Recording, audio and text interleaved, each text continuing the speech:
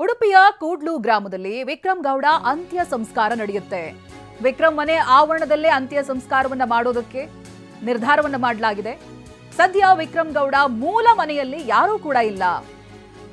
ಹಳೆ ಮನೆಯನ್ನ ಕೆಡವಿ ಹೊಸ ಮನೆಯನ್ನ ಕಟ್ಟಿಸಲಾಗ್ತಾ ಇದೆ. ಆ ದೃಶ್ಯಗಳನ್ನು ಕೂಡ ನೀವು ಅವಾಗಲೇ ಗಮನಿಸಿದ್ರೆ ಮನೆ ಆವರಣದಲ್ಲಿ ಅಂತ್ಯ ಸಂಸ್ಕಾರ ಮಾಡೋದಾಗಿ ಮಾಹಿತಿಗಳಿದೀಗ ಲಭ್ಯವಾಗ್ತಾ ಇದೆ.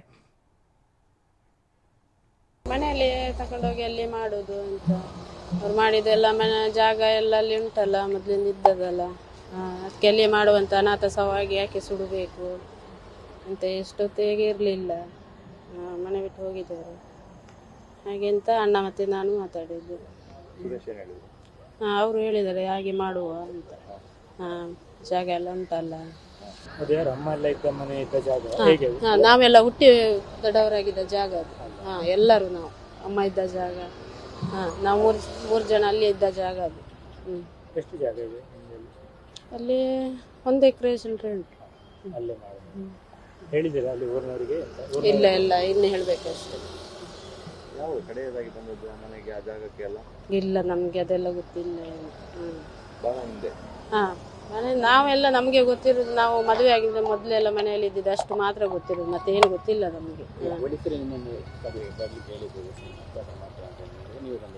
ಎಲ್ಲಿ ಬರ್ಲಿಕ್ಕೆ ಹೇಳಿದ್ದಾರೆ.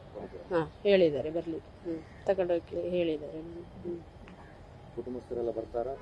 ಎಂತ ಗೊತ್ತಿಲ್ಲ, ಇನ್ನು ನೋಡ್ಬೇಕಷ್ಟೇ. ನಾವು ಯಾರಿಗೂ ಇದು ಮಾಡ್ಲಿಲ್ಲ ಅಷ್ಟೊತ್ತು. ಇನ್ನು ಇಲ್ಲ, ಅಣ್ಣ ಇದ್ರ ಅಂತ. ನಾವು ಬರ್ಲಿಲ್ಲ. ನಾವು ಮನೆಯಲ್ಲಿ ಕೂಡ್ಲು ನಾಡಪಾಲ್ ಗ್ರಾಮ ಕೂಡ್ಲು ಮನೆಯಲ್ಲಿ ಮಾಡೋದು ಅಂತ ನಿರ್ಧಾರ ಮಾಡಿ. ಅದೆಲ್ಲ ಉಂಟು, ಜಾಗ ವ್ಯವಸ್ಥೆ ಅವ್ರದ್ದೇ. ಅಲ್ಲಿ ಮನೆಯೆಲ್ಲ ಉಂಟು, ಮನೆ ಇಲ್ಲ ಅಷ್ಟೇ, ಮನೆ ಕಿತ್ತಿದ್ದೇವೆ ಈಗ. ಆದರೆ ಅಲ್ಲೇ ಇದೊಂದು ಮಾಡಿ ಕೆಲಸ ಅಲ್ಲೇ ಮಾಡೋದು ಅಂತ ಎಲ್ಲ ಕೊನೆಯ ಕಾರ್ಯಕ್ರಮ ಅಲ್ಲೇ ಮಾಡೋದು.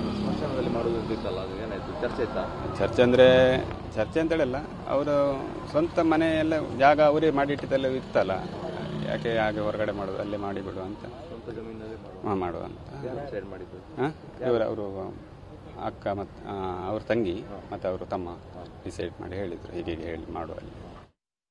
ಈ ಬಗ್ಗೆ ಡೀಟೇಲ್ಸ್ ಅನ್ನು ಪಡೆದುಕೊಳ್ತಾ ಹೋಗ್ತೀನಿ. ಪ್ರತಿನಿಧಿ ಪ್ರಜ್ವಲ್ ಲೈವ್ ನಲ್ಲಿ ಜಾಯ್ನ್ ಆಗ್ತಾ ಇದ್ದಾರೆ. ಪ್ರಜ್ವಲ್, ಒಂದ್ ಕಡೆಯಲ್ಲಿ ಸಹೋದರಿ ಮಾತನಾಡಿದನ್ನ ಕೇಳಿಸ್ಕೊಳ್ತಾ ಇದ್ವಿ ನಾವು. ಅನಾಥ ಶವ ಆಗೋದು ಬೇಡ, ಅವ್ರದ್ದೇ ಆದಂತಹ ಜಾಗ ಇದೆ, ಹಾಗೆ ಕಟ್ತಾ ಇರುವಂತ ಮನೆ ಇದೆ, ಅಲ್ಲೇ ಅಂತ್ಯ ಸಂಸ್ಕಾರ ಮಾಡುವಂತ ನಿರ್ಧಾರ ಮಾಡಿದೀವಿ ಅಂತ. ಇದಾಗಲೇ ಮೃತದೇಹ ಹಸ್ತಾಂತರ ಆಗಿದೆಯಾ? ಏನ್ ನಡೀತಾ ಇದೆ ಪ್ರಜ್ವಲ್?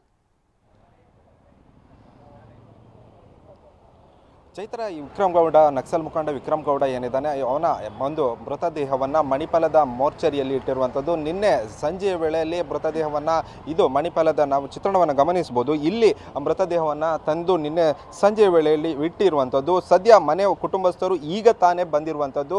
ಕುಟುಂಬಸ್ಥರಂದರೆ ಸಹೋದರರಾಗಿರುವಂಥ ಸುರೇಶ್ ಆಗಿರ್ಬೋದು ಮತ್ತು ಅವರ ಸಹೋದರಿ ಆಗಿರುವಂಥ ಸುಗುಣ ಈಗ ಸ್ಥಳಕ್ಕೆ ಬಂದಿರುವಂಥದ್ದು. ಮೃತದೇಹವನ್ನು ಒಂದು ಅವರಿಗೆ ಮನೆಯವರಿಗೆ ಮೃತದೇಹವನ್ನು ನೋಡಲಿಕ್ಕೆ ಅವಕಾಶವನ್ನು ಮಾಡಿರುವಂಥದ್ದು. ಮತ್ತು ಅಂದರೆ ಈ ಒಂದು ಮೃತದೇಹ ವಿಕ್ರಮ್ ಗೌಡನದ್ದೇನೆ ಎಂಬುದರ ಬಗ್ಗೆ ಕೂಡ ಅಲ್ಲಿ ಖಚಿತಪಡಿಸಿಕೊಳ್ಳಲಿಕ್ಕೆ ಈಗ ಅವಕಾಶವನ್ನು ಇಲ್ಲಿ ಒಂದು ಸಿಬ್ಬಂದಿಗಳು, ಪೊಲೀಸ್ ಸಿಬ್ಬಂದಿಗಳು ಮಾಡಿರುವಂಥದ್ದು. ಸದ್ಯ ಕುಟುಂಬಸ್ಥರೆಲ್ಲರೂ ಕೂಡ ಮೋರ್ಚರಿಯ ಒಳಗಡೆ ಇದ್ದಾರೆ. ಇನ್ನೇನು ಕೆಲವು ಕ್ಷಣಗಳಲ್ಲಿ, ಸುಮಾರು ಒಂದು ಅರ್ಧ ಗಂಟೆ ವೇಳೆಯಲ್ಲಿ ಮೃತದೇಹವನ್ನು ಮನೆಯವರಿಗೆ ಹಸ್ತಾಂತರ ಮಾಡುವಂಥ ಕೆಲಸವನ್ನು ಕೂಡ ಮಾಡ್ತಿರುವಂಥದ್ದು ನಾವು ಚಿತ್ರಣವನ್ನು ಗಮನಿಸ್ಬೋದು. ಅದೇ ಒಂದು ಆಂಬ್ಯುಲೆನ್ಸ್ ಮೂಲಕ ಮೃತದೇಹವನ್ನು, ಅಂದರೆ ವಿಕ್ರಮ್ ಗೌಡನ ಮೃತದೇಹವನ್ನು ಅಂದರೆ ಅವನ ಮನೆಗೆ, ಅಂದರೆ ನಾಡ್ಪಾಲಿಗೆ, ಆ ಒಂದು ಪ್ರದೇಶಕ್ಕೆ ತೆಗೆದುಕೊಂಡು ಹೋಗಲಾಗ್ತದೆ ಎಂಬ ಮಾಹಿತಿ ಕೂಡ ಈಗ ಅವನ ಕುಟುಂಬಸ್ಥರು ಹೇಳಿರುವಂಥದ್ದು. ಅಂದರೆ ಈ 8:30 ತನಕ ಇಲ್ಲಿ, ಅಂದರೆ ಉಡುಪಿಯ ಬೀಡುನಗುಡ್ಡೆಯ ಹಿಂದೂ ರುದ್ರಭೂಮಿಯಲ್ಲಿ ಅಂತ್ಯ ಸಂಸ್ಕಾರ ಮಾಡ್ತೇವೆ ಅಂತ ಹೇಳಿದರು. ಅದರ ಬಳಿಕ ಒಂದು ಬದಲಾವಣೆಯನ್ನು ಮಾಡಿರುವಂಥದ್ದು. ಸದ್ಯ ಹೆಬ್ರಿಯ ನಾಡ್ಪಾಲು, ಅಂದರೆ ಕೂಡ್ಲು ಸಮೀಪದ ನಾಡ್ಪಾಲ್ನಲ್ಲಿ ಅಂತ್ಯ ಸಂಸ್ಕಾರ ಮಾಡಲಿಕ್ಕೆ ಕುಟುಂಬಸ್ಥರು ಎಲ್ಲರೂ ಕೂಡ ನಿರ್ಧಾರ ಮಾಡಿರುವಂಥದ್ದು. ಆ ನಿಟ್ಟಿನಲ್ಲಿ ಕುಟುಂಬಸ್ಥರು ಎಲ್ಲರೂ ಕೂಡ ಈಗ ಸ್ಥಳದಲ್ಲಿರುವಂಥದ್ದು ಮತ್ತು ಮೃತದೇಹವನ್ನು ಅವರಿಗೆ ಹಸ್ತಾಂತರ ಮಾಡಲಿಕ್ಕೆ ಏನೆಲ್ಲ ಪ್ರಕ್ರಿಯೆಗಳು ನಡೀಬೇಕು ಅದೆಲ್ಲವನ್ನು ಕೂಡ ಈಗ ಪೊಲೀಸ್ ಸಿಬ್ಬಂದಿಗಳು ಮಾಡ್ತಿರುವಂಥದ್ದು. ಇಂದು ಮುಂಜಾನೆ 5:30 ವೇಳೆಯಲ್ಲಿ ಮರಣೋತ್ತರ ಪರೀಕ್ಷೆ ಸಂಪೂರ್ಣವಾಗಿತ್ತು. ಅದರ ಬಳಿಕ ಸುಮಾರು 8:30 ತನಕ ಕೂಡ ಕುಟುಂಬಸ್ಥರನ್ನು ತುಂಬಾ ವೆಯ್ಟ್ ಮಾಡಿ ಈಗ ಮನೆಯವರಿಗೆ ಈಗ ಒಂದು ಮೃತದೇಹವನ್ನು ನೋಡಲಿಕ್ಕೆ ಅವಕಾಶವನ್ನು ಮಾಡಿಕೊಟ್ಟಿರುವಂಥದ್ದು. ಅದರ ಬಳಿಕ ಮನೆಯವರಿಗೆ ಈ ಒಂದು ಮೃತದೇಹವನ್ನು ಹಸ್ತಾಂತರ ಮಾಡುವಂಥ ಕೆಲಸವನ್ನು ಕೂಡ ಪೊಲೀಸ್ ಸಿಬ್ಬಂದಿಗಳು ಮಾಡ್ತಾರೆ. Chaitra, okay, thank you Prajwal ಮಾಹಿತಿಗಾಗಿ.